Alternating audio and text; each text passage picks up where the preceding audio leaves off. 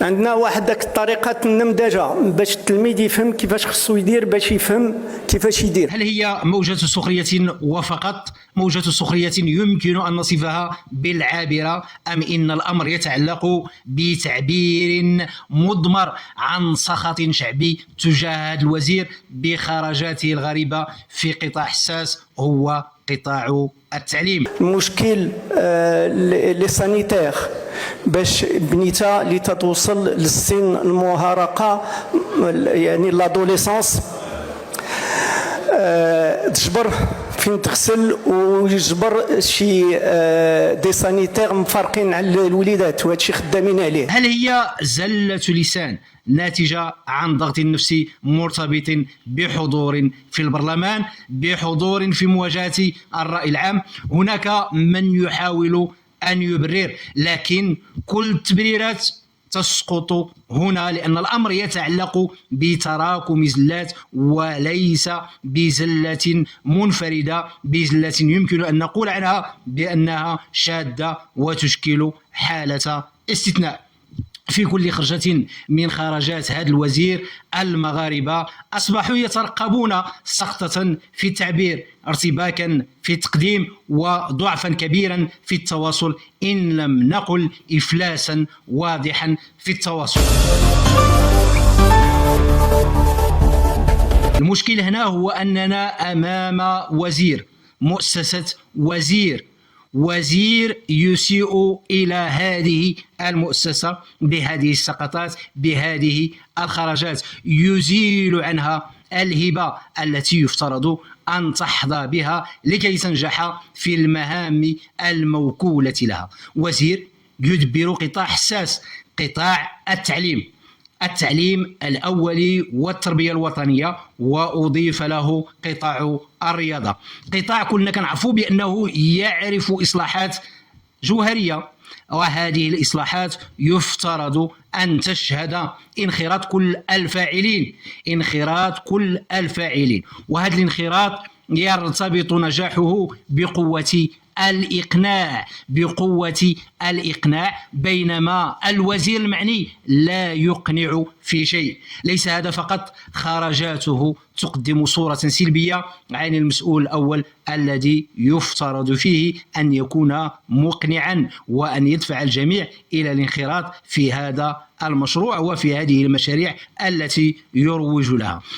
كيف سينظر الفاعلون في القطاع، ومنهم أساتذة وإدارة تربوية وتلاميذ وأسر ومحيط مؤسساتي بمختلف مكوناته، كيف لهؤلاء الفاعلين أن ينخرطوا في الإصلاح الذي يتحدث عنه هذا الوزير، وهذا الأخير يظهر ضعيفا في التواصل، يظهر مرتبكا في الخرجات، والسقطات تحاصره من كل الزوايا، والسقطات تحاصره ويعطي الانطباع بأنه غير ملم ولا إلمام له ولا دراية له بما يتحدث عنه. هذا إذا أضفنا لهذه الأزمة أزمة ثقة مرتبطة أيضا بورود اسمه في صفقة الأدوية الضخمة التي تفجرت مؤخرا في البرلمان، صفقة مباشرة لوزير الصحة والحماية الاجتماعية بأموال ضخمة استفادت منها شركة الوزير برادة التي تعمل في نفس القطاع، قطاع الأدوية.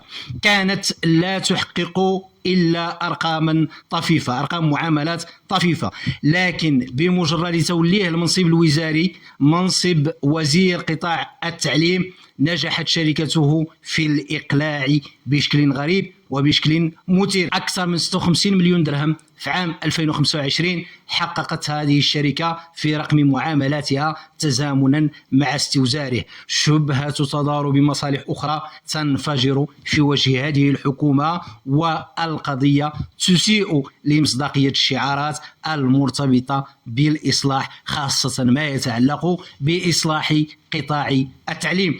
هذه السقطات تظهر أيضا محدودية بروفايلات حكومة أخنوش، حكومة ظلت تصر على أنها حكومة كفاءات، بينما المواطن البسيط يتساءل وهو يتابع مثل هذه الخرجات عن نوعية هذه الكفاءات التي يتم الحديث عنها. هذه السقطات تهز أيضا الثقة في جدارة الإصلاح وتجهز على ما تبقى من الثقة فيما يعرف بمدارس الرياضة، والتي تسوقها هذه الحكومة على أنها الحل السحري لأزمة المنظومة. ثم إن الرأي العام يتساءل باستغراب: كيف لمن لا يتقن لغة التعليم أن يصلح منظومة التعليم؟ كيف لمن يعطي الانطباع بأنه خارج سياق أن يصلح القطاع؟ يعطي الانطباع بأنه غير ملم بالحد الأدنى من المفاهيم ذات الصلة بالقطاع. كيف لهذا الوزير بهذه المعطيات أن يشرف على الإصلاح وأن ينجح في هذا الإصلاح؟ كيف له أن يبني ثقة المواطن البسيط في التعليم العمومي اللي كلنا كنعرفوا بأنه يواصل الانهيار للأسف الشديد؟ هذا الوزير لا علاقة له بقطاع التعليم. هذا الوزير عنده مسار معروف، قادم من عالم المال والأعمال، عالم الصفقات، عالم البيع والشراء بالأموال الضخمة. ولد وفي فمه ملعقة من ذهب، لكن الحقيقة تقال هو يعطي الانطباع وفقا لهذه المعطيات، لهذه الخرجات ولهذا المسار، على أننا أمام مسؤول حكومي معزول عن مشاكل القطاع. هو يعطي الانطباع بأنه ينتمي لنخبة لا تعيش الواقع المغربي، لا تعيش واقع فئات واسعة من المغاربة المعنيين بإصلاح التعليم العمومي. نخبة لا تعيش هذا الواقع لكنها تخطط لإصلاحه. كيف لرجل أعمال اقترن اسمه بقطاع الحلويات وقطاع الصناعات الغذائية وقطاع الدواء أن يشرف على قطاع التعليم وأن ينجح في الإصلاح؟